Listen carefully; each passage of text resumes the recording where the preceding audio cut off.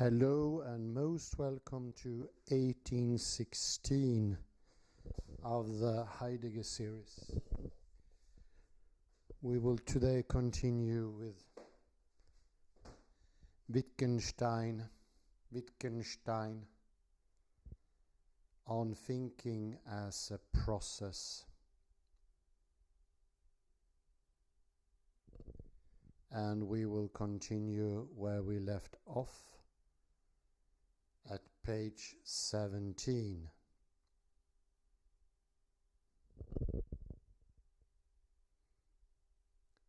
And in the previous lecture, we looked deeply into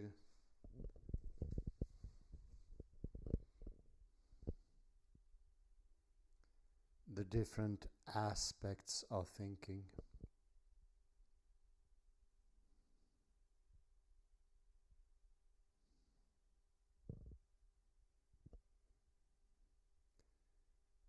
And that's a process. It could be thinking is going over words in the mind under certain circumstances, or thinking is working out something under certain circumstances, or thinking is writing under certain circumstances.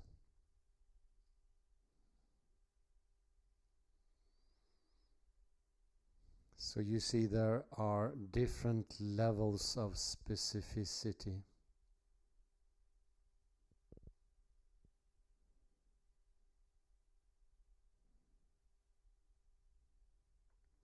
Different depths, so to speak.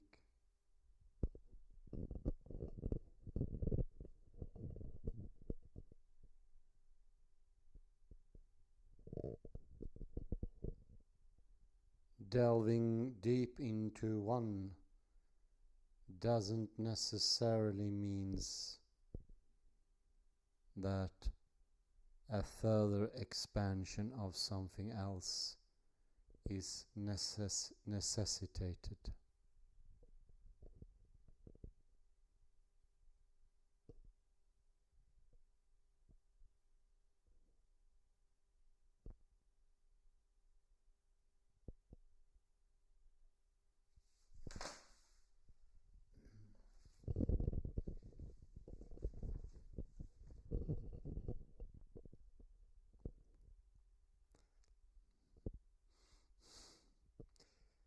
There are various cases in which we speak of thinking. That is when one is talking, speaking silently, writing, or working, etc., under certain circumstances. A wide range of activities under certain circumstances are thinking.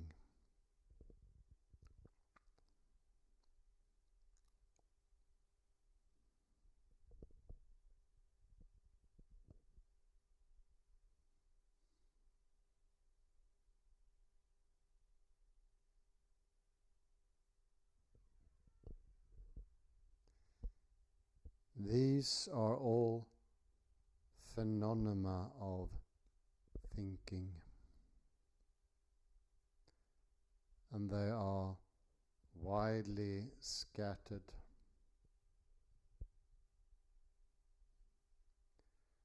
Once we see these, the temptation to say that one aspect appears in all of these word uses will be removed.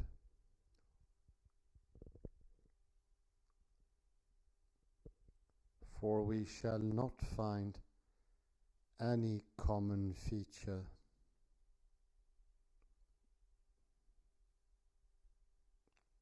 which is involved in all the phenomena of thinking.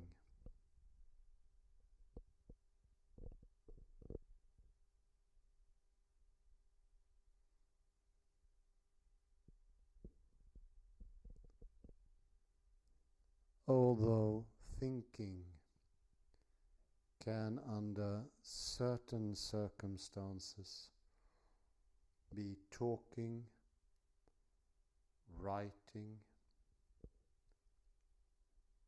working, etc., thinking is not any of these.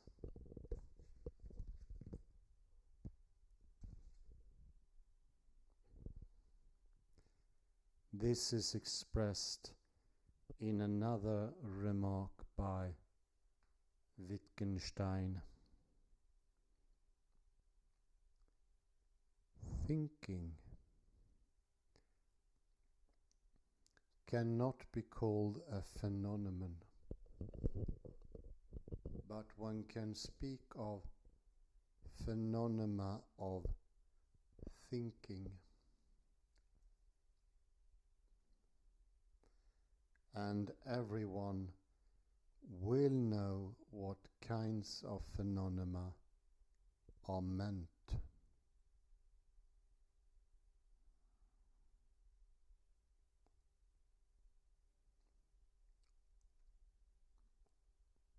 As said above, there are a wide range of phenomena of thinking. For instance, lawyers speaking in a court in defense of his client, as students writing in an important exam.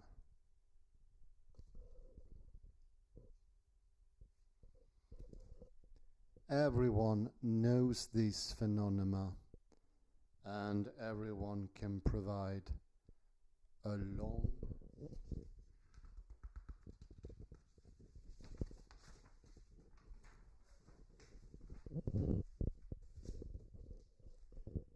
list of such examples.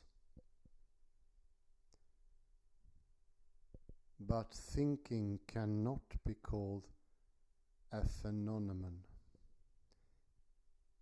which means that there isn't an activity or a process that can be identified with thinking.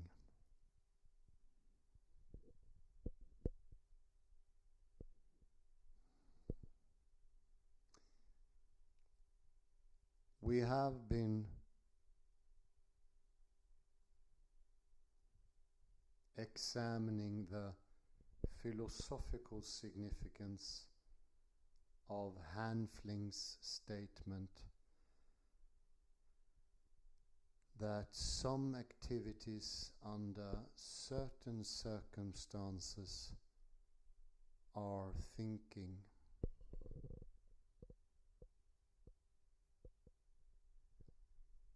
We have seen that the statement is indeed significant.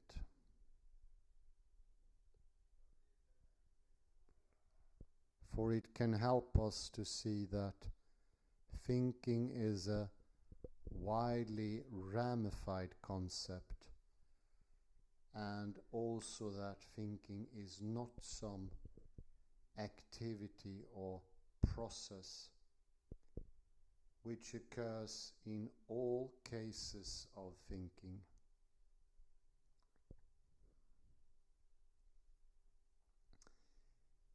Interestingly, although the title of Hanfling is Thinking, a widely ramified concept,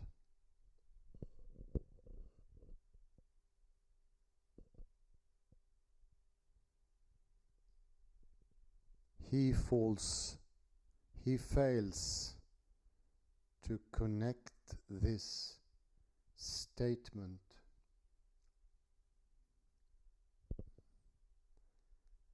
that some activities are thinking with the idea that thinking is a widely ramified concept.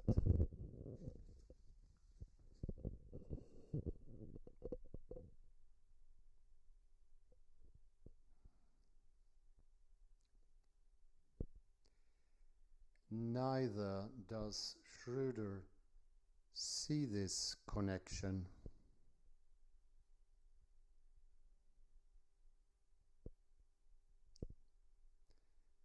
This is why Hanfling's statement is dismissed by Schroeder for being philosophically unhelpful and useless.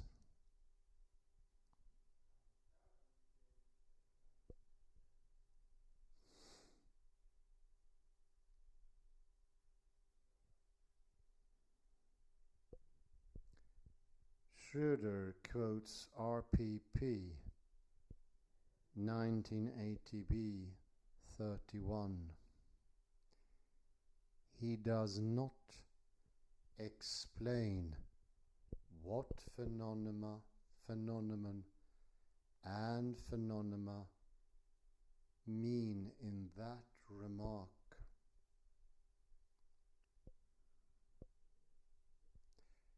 Nor does he explain what the remark means.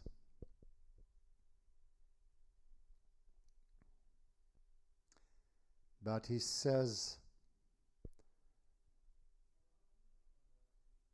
that an activity is a phenomenon, and hence the remark entails this.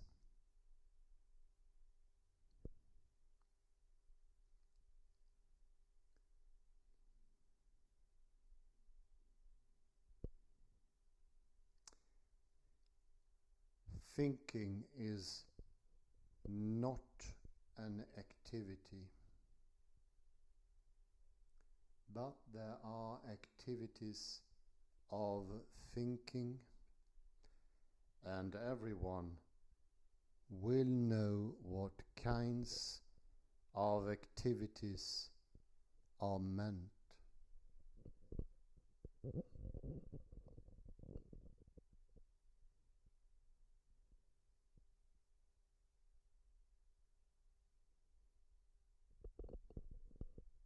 This inference seems to be sound, but he fails to explain what activities of thinking, which everyone knows, actually are.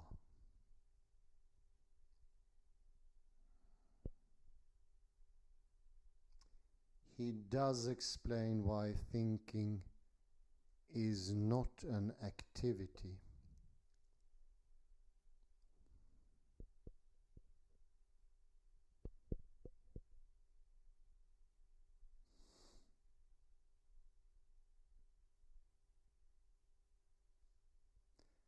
But his explanation is based on some differences between thinking and other typical activities.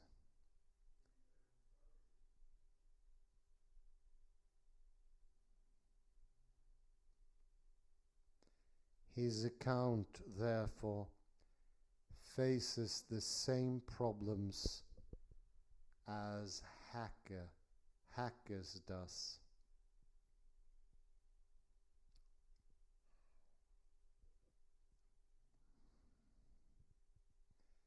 More importantly, it differs markedly from Wittgenstein's account. Wittgenstein derives the proposition that thinking is not a phenomenon, activity, or process from the grammatical fact that thinking is a widely ramified concept.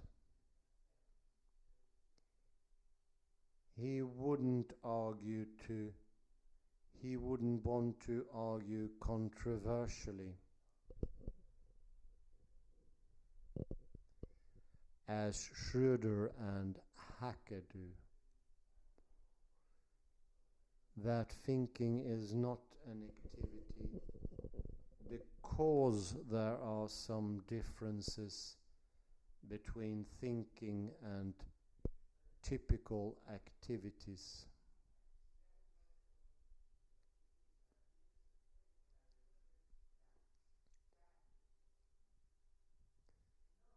To sum up, thinking is a widely ramified concept.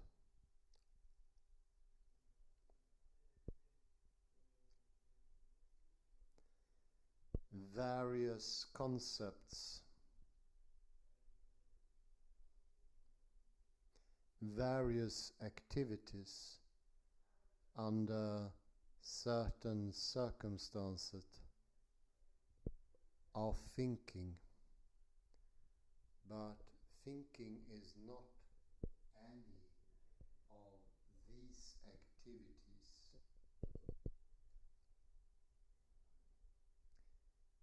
Yet it is impossible to detach thinking from the activities such as talking, writing, and working. One cannot just think without at the same time performing some of these activities.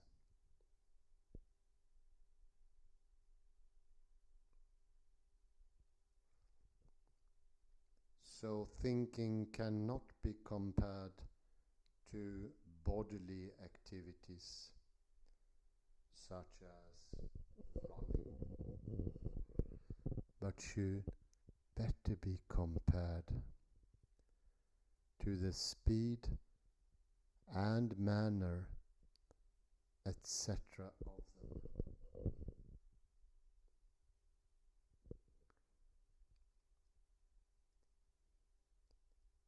Just as the speed and manner cannot be detached from the activities, thinking cannot be separated from the activities of thinking.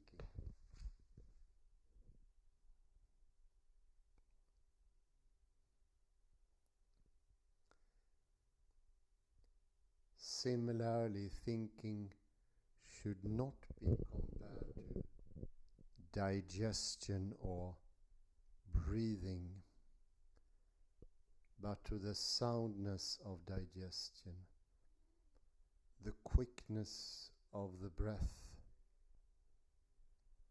the irregularity of heartbeat. So, thinking is not an independent activity. It is impossible to have the thought process, for example, proceed unaccompanied.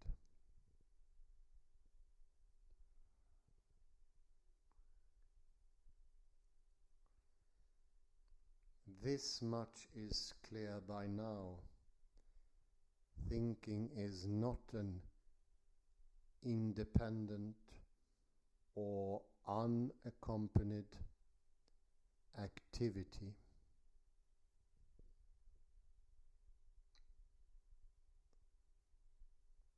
does this mean that thinking is not an activity? As we saw at the beginning of section 3,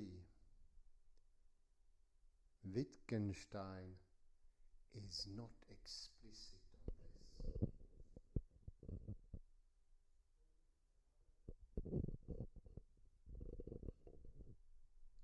I shall discuss this issue in section 4 below.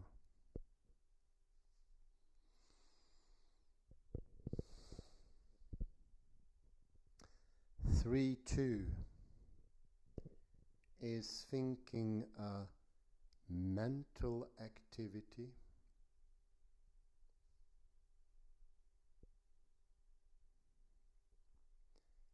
In the previous subsection, I analyzed Wittgenstein's remarks on thinking as an activity. Sentences such as "think before you speak" and "think about it" suggest that thinking is an activity just as speaking, running, etc. are.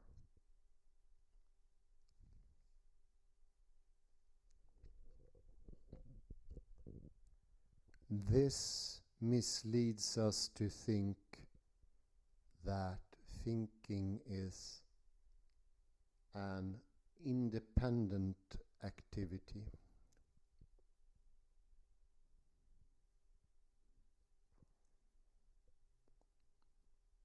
The above sentences can also mislead us to go in another direction, towards an occult mental activity.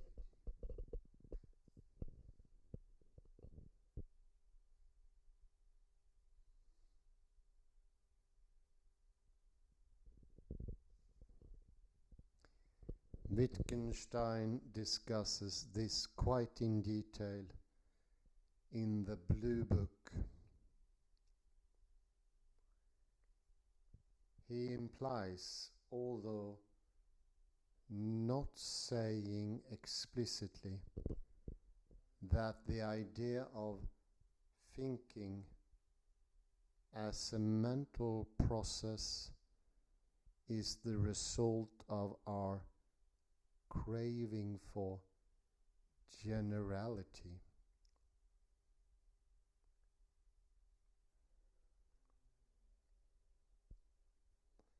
Pointing out especially that we have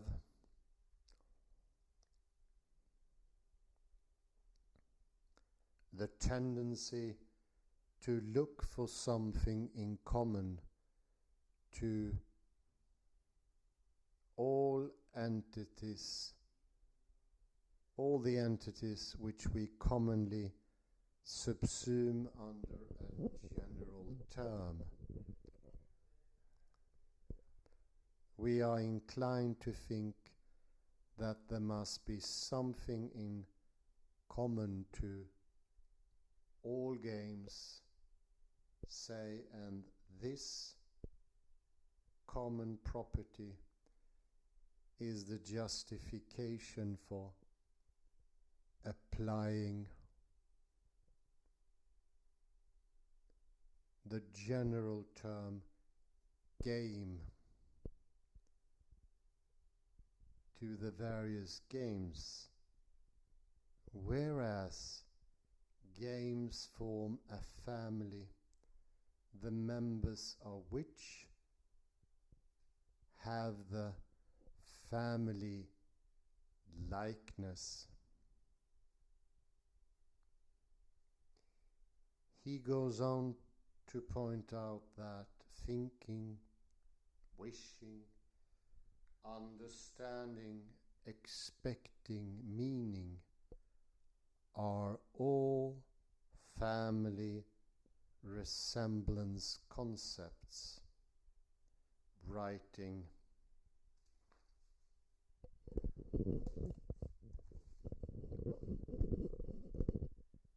If we study the grammar of the words wishing, thinking, understanding, meaning, we shall not be dissatisfied when we have described various cases of wishing, thinking, etc. After all, there is not one definite class of features which characterize all cases of wishing, at least not as the word is commonly used.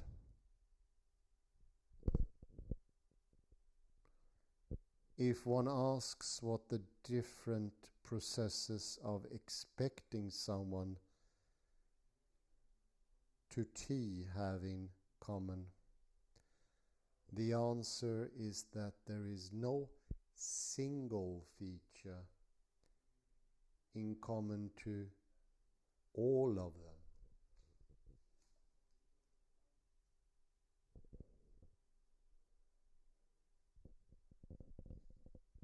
Although there are many common features overlapping,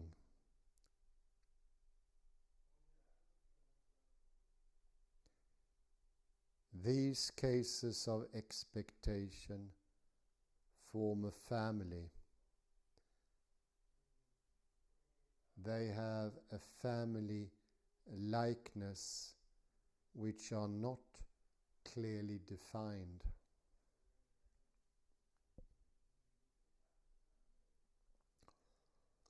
To intend a picture to be the portrait of so and so is neither a particular state of mind nor a particular mental process,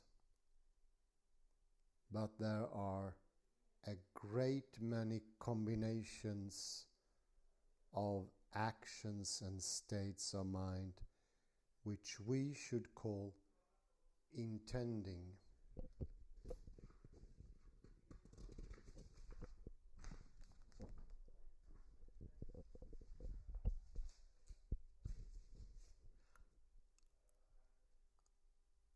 There's also a highly relevant passage in PG.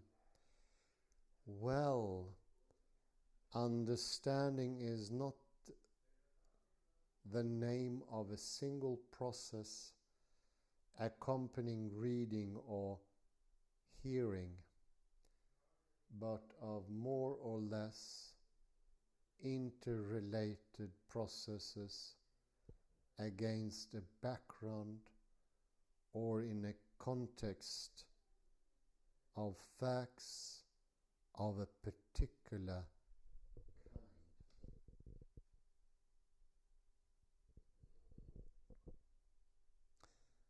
Versus the actual use of a learned language or languages.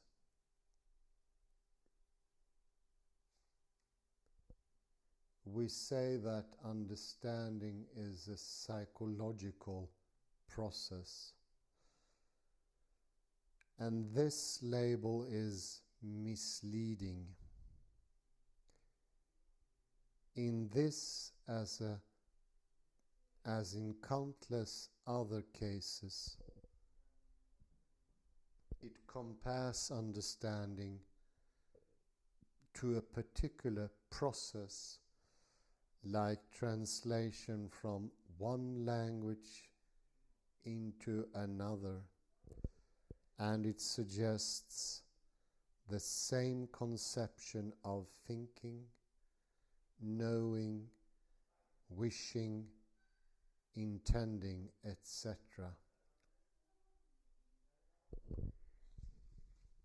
So the takeout from this is, once more we have a family resemblance residing and doing its job, so to speak.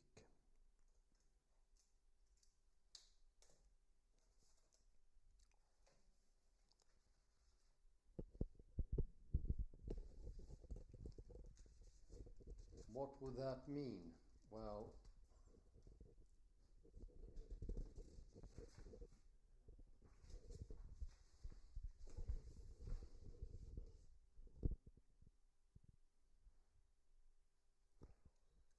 thinking, moving, wanting, feeling, there is no generality here.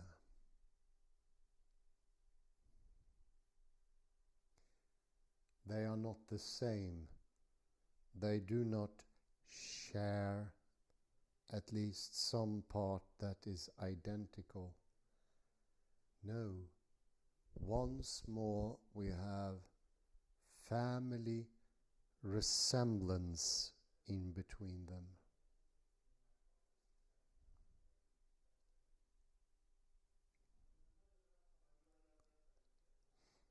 The human tendency, or the modern man's tendency, always to infer some sort of generality is behind the problem of sort of moving everything into the same one direction.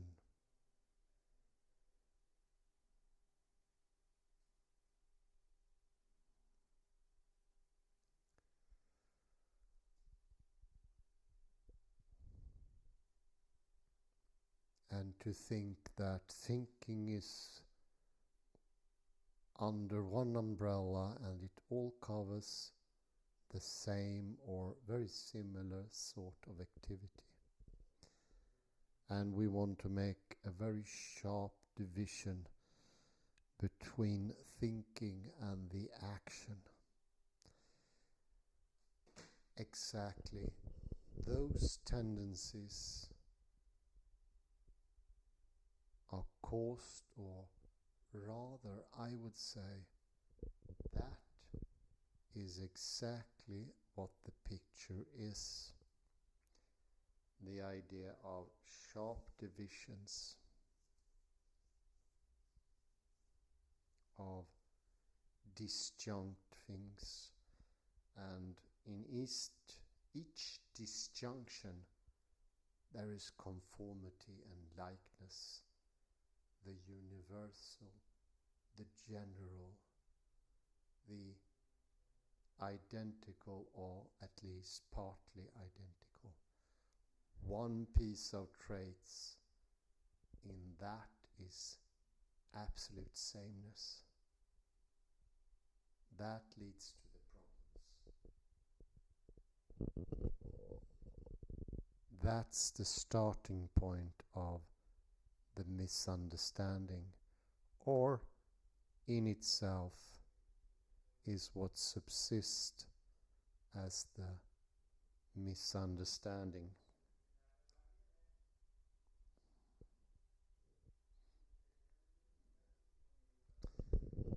We generalize, and Plato is a good example of a generalizing person who came to the idea of a general innerness, and repeated often enough, somewhere it begins to make sense, or feeling comfortable.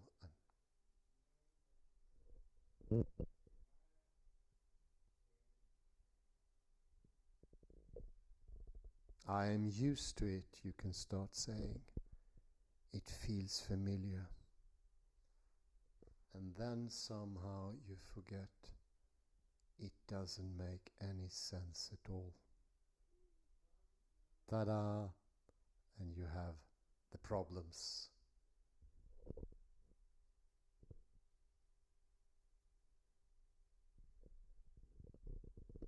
There is a way out of this dilemma, and that way is to understand family resemblance, which is so different from regular common sense or common misconception idea of regularity and sameness.